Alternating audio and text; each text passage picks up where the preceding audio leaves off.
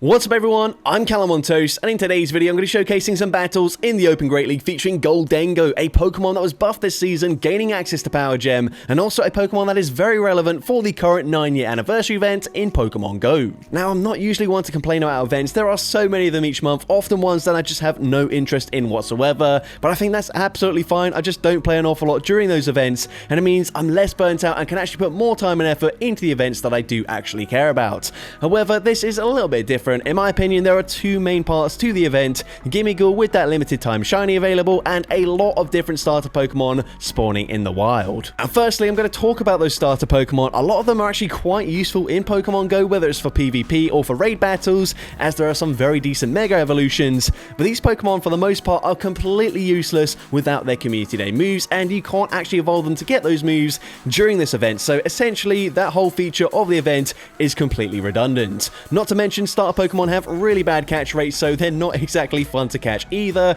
and they're pretty much all that's spawning at the moment. And now to talk about Gholdengo, it's going to be next to impossible for lots of trainers to evolve a Gholdengo into Gholdengo, because firstly, the event costume ones that you get from quests don't actually evolve anyways, and also, I've just not even seen a single quest that rewards Gholdengo as an encounter, so I've got a relatively small sample size, but honestly, they're probably not going to be very common. But then also, you have to have a Nintendo Switch or know somebody with a Switch plus Scarlet or Violet to use the coin bags to actually get them to spawn. And even if you do know someone, they're not necessarily going to want to meet up with you every single day, and potentially actually lots of other members of your community just to top up everyone's coin bags. You're seriously telling me that they couldn't just allow us to get one free coin bag each day during this event, or even just a single coin bag for the entirety of the event? I feel like that's really not that much to ask for. So basically, the two main features of this event could have actually been really good, but because of the factors I've just mentioned, a lot of people aren't really going to be able to capitalize on this event, and it's just going to be another event that a lot of people just skip entirely.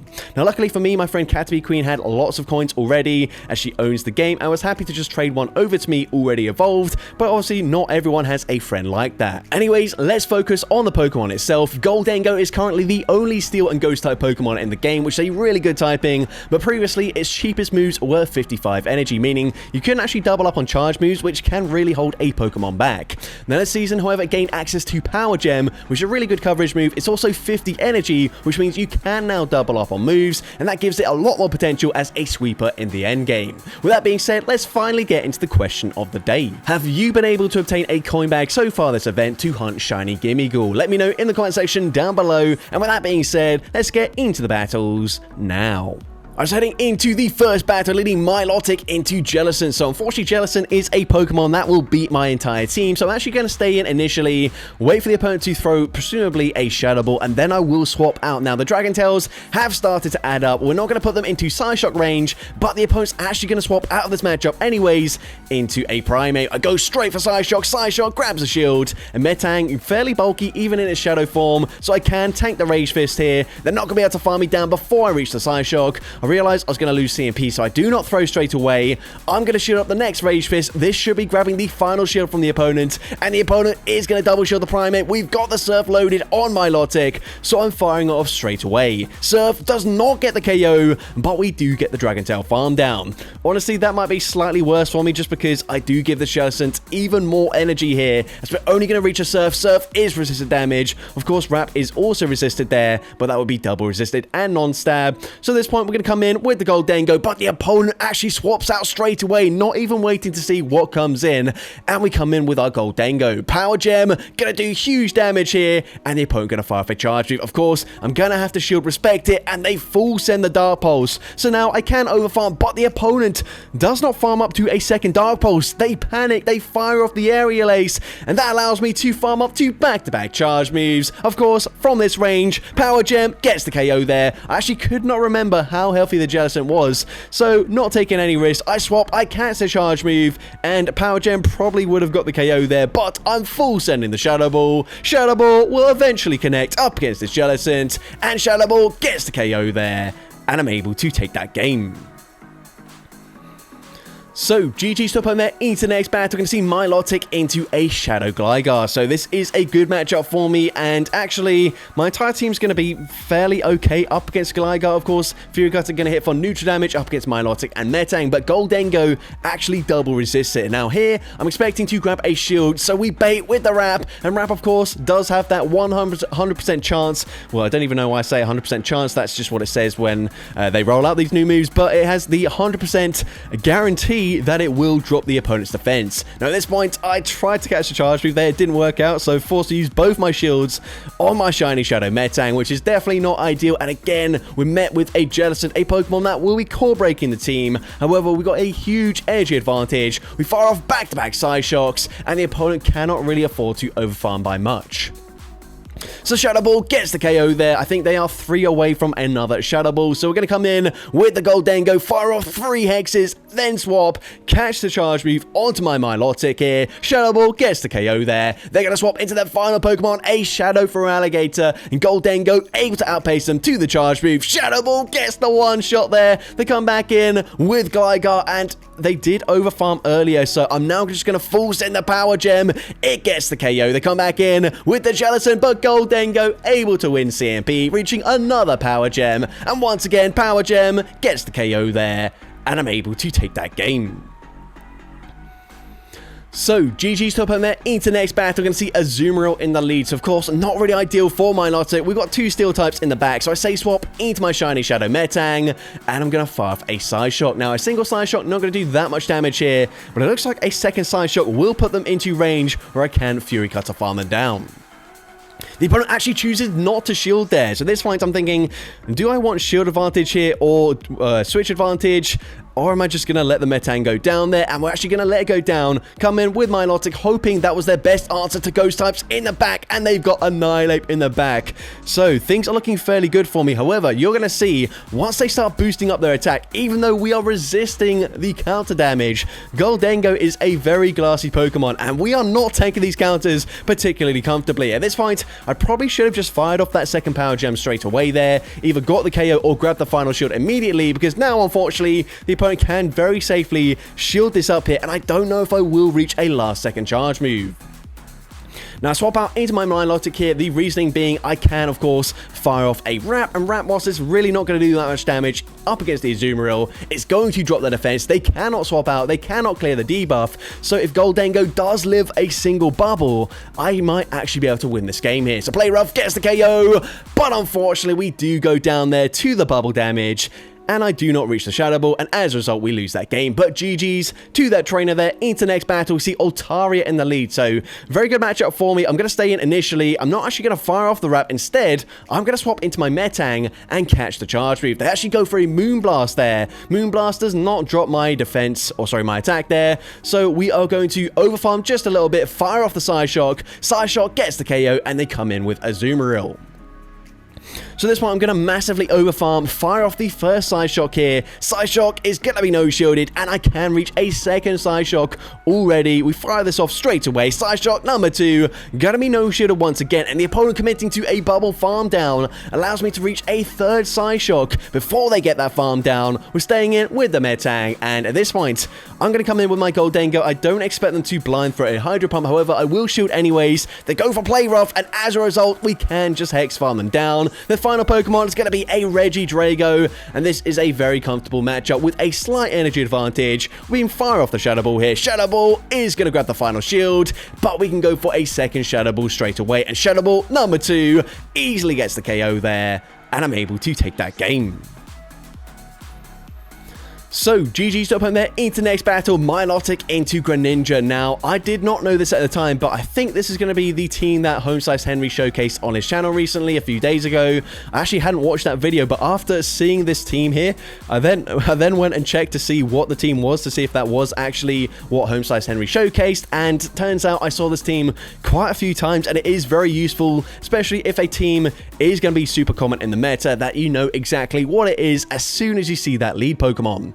So this one, we swap into our Dusclops here. My intention is basically just to sacrifice the Metang. I'm going to fire off the Psyshock. Psyshock, not going to do that much damage. Dusclops is very bulky, and at this point, I might shield this. I'm actually going to shield here just because I think I can grab a shield back from the opponent. So we get a little bit of lag there. It doesn't really cost us too much. I don't think they got the extra hex through, but they can fully farm me down, which is certainly not ideal. We're going to come in with Gholdengo. They blind throw here, so I'm definitely just going to shield as they fire off the Shadow Punch. I'm then going to swap, catch the next charge move onto my Milotic, but we're not in a great position. Shadow Punch gets the KO there, and whilst all shields are down, Claude's Eye is incredibly bulky, so we're going to fire off the Shadow Ball. Shadow Ball does about 50% of their HP. However, of course, they will be able to reach an Earthquake, and whilst we are triple resisting the poison damage, Earthquake gets the one shot there, and unfortunately, I do lose that game.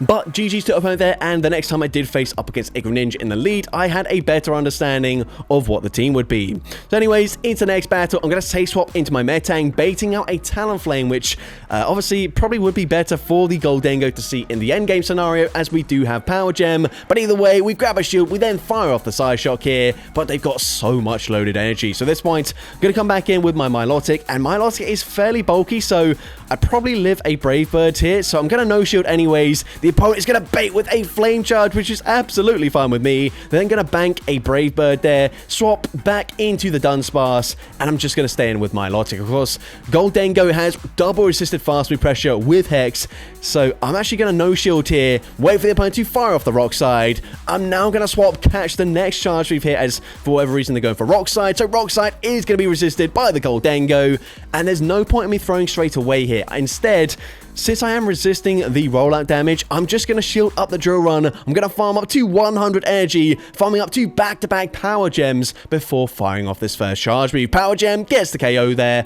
I expect the Talonflame to come back in, but there's no guarantee that they would throw the charge move straight away. So I actually opt for the extra Hex damage instead, and as a result, they do, of course, boost up their attack, but that will allow me to reach back-to-back Power Gems up against their final Pokemon, which is going to be a Goodra.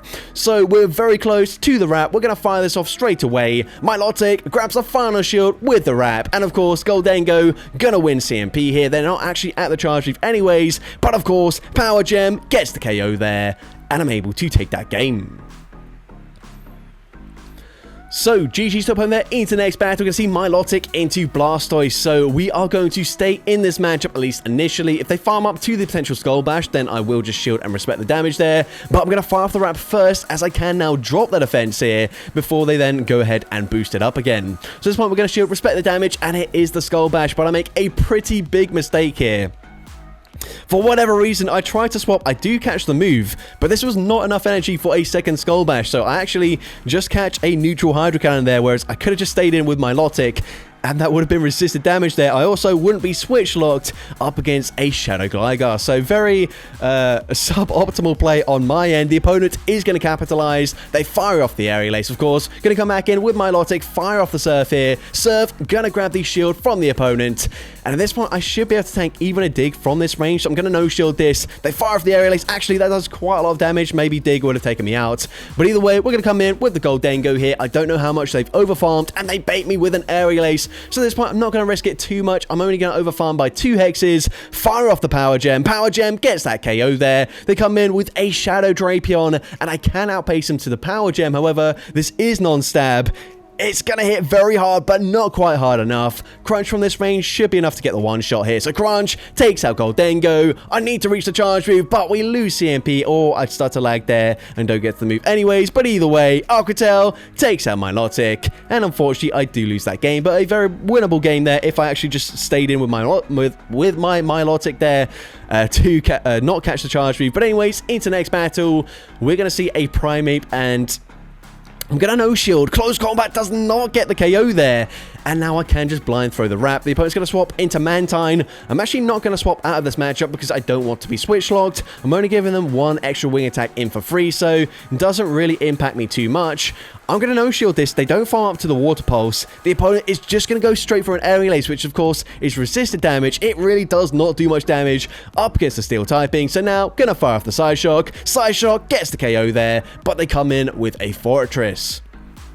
So this point, I'm hoping they do no shield this, just because now we can come in with the Gholdengo. We are double resisting the bug bite damage here, as of course both Ghost and Steel resist the bug typing. We're going to fire off the Power Gem, grab a shield from the opponent. They swap back into Primeape, and now things are looking fairly good for me. We're going to shield up the Rage Fist, going to go straight for Power Gem. Power Gem will be enough damage to get the KO from this range. So the opponent used their final shield there, and now we can just commit to a full Hex farm down.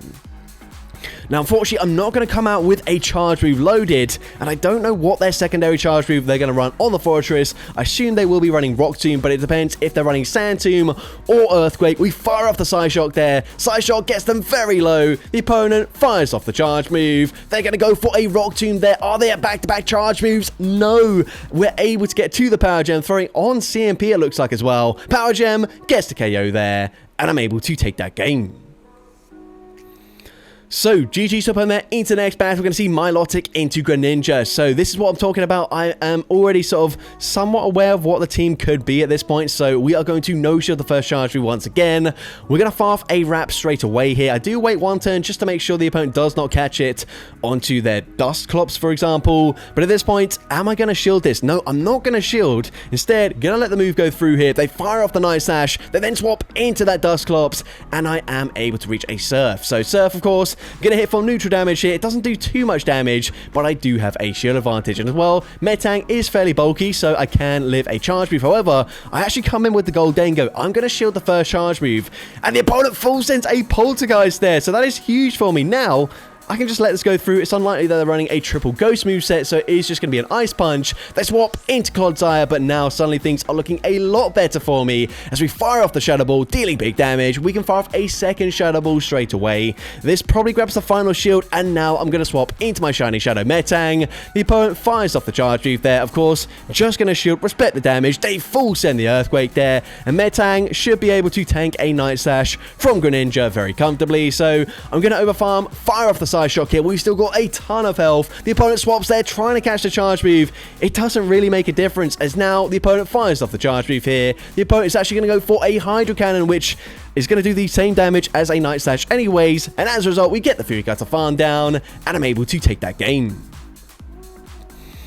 So, GG's up on there into the next battle. We're going to see a Claydol in the lead. So, I'm going to stay in this matchup here. Going to go straight for a Surf, throwing on CMP, winning CMP. And Surf is going to be no-shielded by the opponent, probably expecting a Rat Bait. And honestly, I did think about going for that bait there.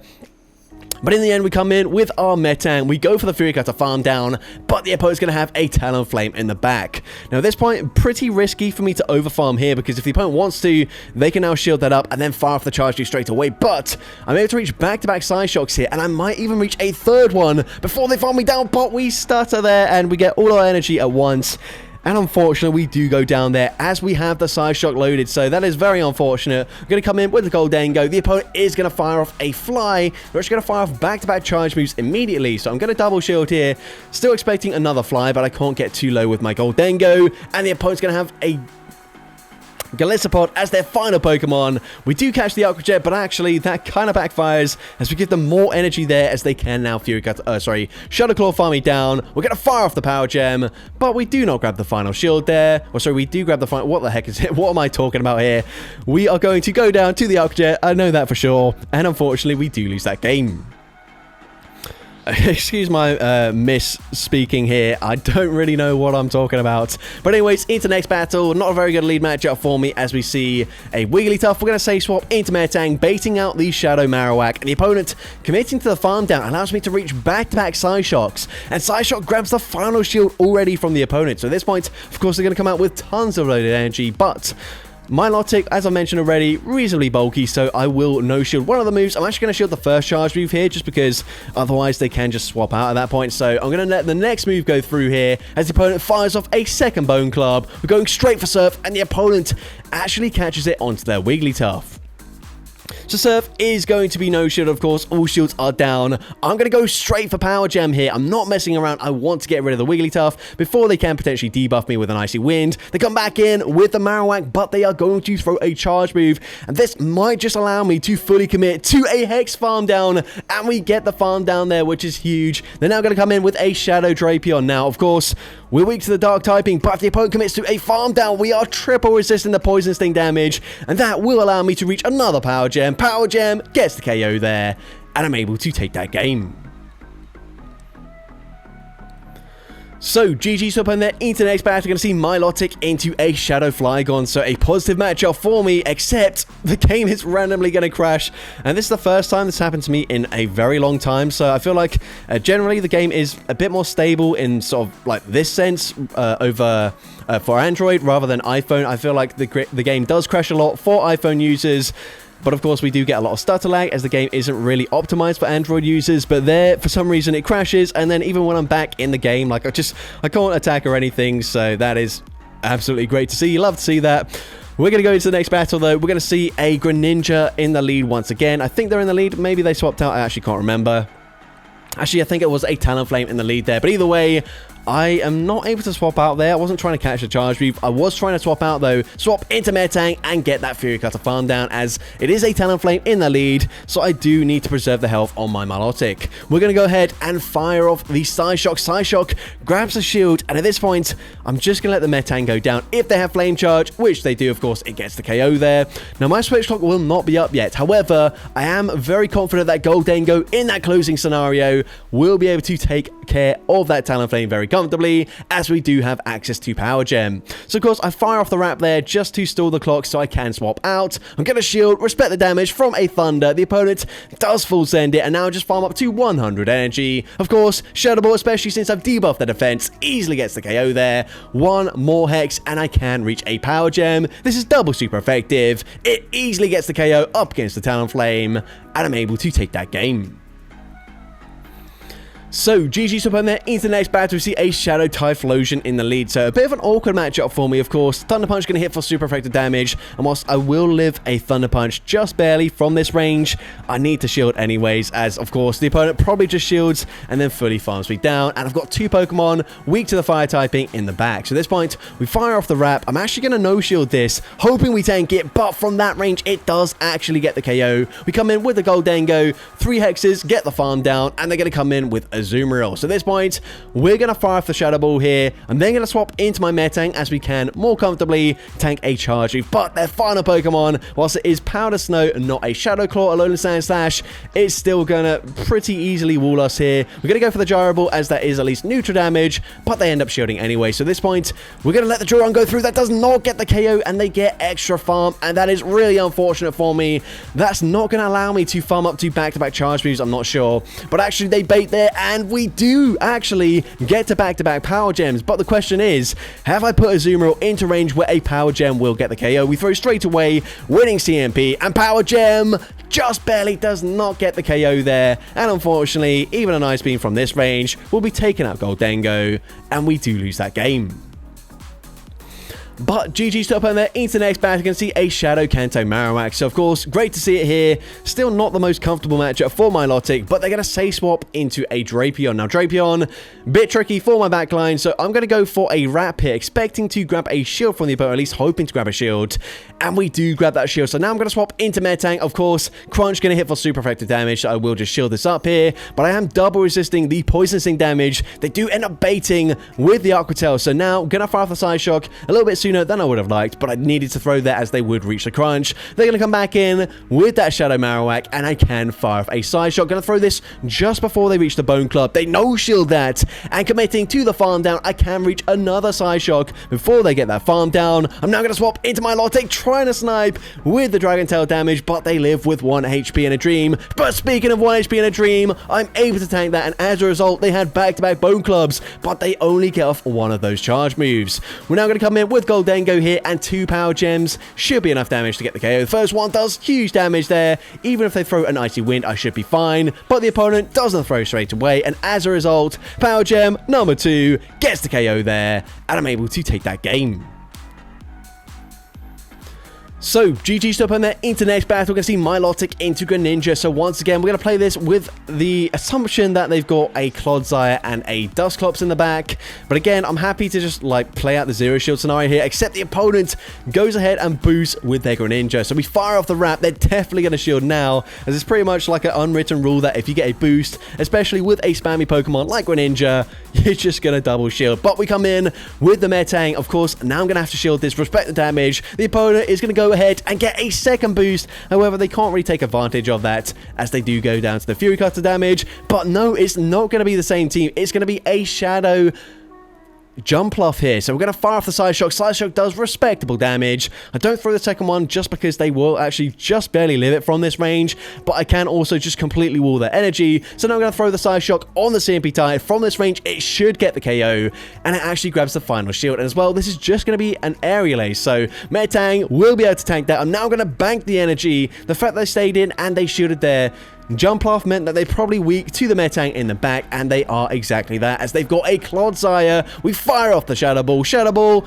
does big damage. The opponent is going to fire off the Charge Move here, probably going to bait, and they do. They go for the Sludge Bomb, but it doesn't really matter. I'm going to overfarm as much as I can. Fire off the Shadow Ball. Shadow Ball gets the KO there, and again, we are a Steel-type Pokemon, and even though we are very glassy, Acrobatics will not be enough damage to get the KO there. We can fire off the Power Gem, and certainly super effective from this range. It will be taking out the Shadow Jumpluff, and I'm able to take that game. So that's going to be it for today's video. If you did enjoy it, please make sure you leave a like, leave a comment letting me know, and as well, don't forget to respond to the question of the day if you haven't done so already. And if you want to see more content like this in the future, make sure you hit that subscribe button and turn on post notifications. That way you'll be notified whenever I upload a new video. Now, if you want to take your support to the next level, you can become a channel member with perks including early access to new videos, shoutouts at the end of each video, custom loyalty badges, and custom emojis to use in the comments of every video. I want to say a massive thank you to everyone that has become a channel member already. Your support is greatly appreciated. And with that being said, thank you so much for watching today's video, and I hope you have a great rest of your day.